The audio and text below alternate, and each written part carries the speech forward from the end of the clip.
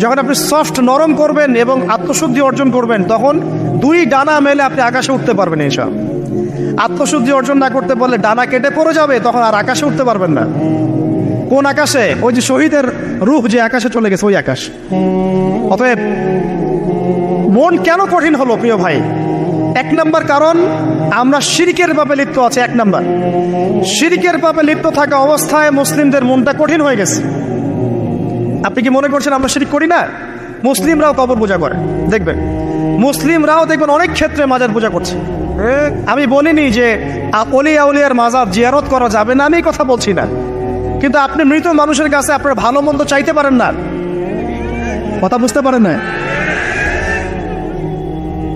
আমরা অবশ্যই অলিয়া উলিয়াদের কবর জিয়ারত করব। এটা আপনাকে মৃত্যুর কথা স্মরণ করাবে, তাদের একটা রব আছে যেটাকে আমরা প্রভাব বলি, এটা আপনার মধ্যে আসবে। আমরা অবশ্যই জিয়ারত করব। জিয়ারত করতে বলেছেন নবী সাল্লাল্লাহু আলাইহি ওয়াসাল্লাম, কারণ এটা আপনাকে পরকালের কথা কি করবে? স্মরণ করাবে। উমরা করতে যান,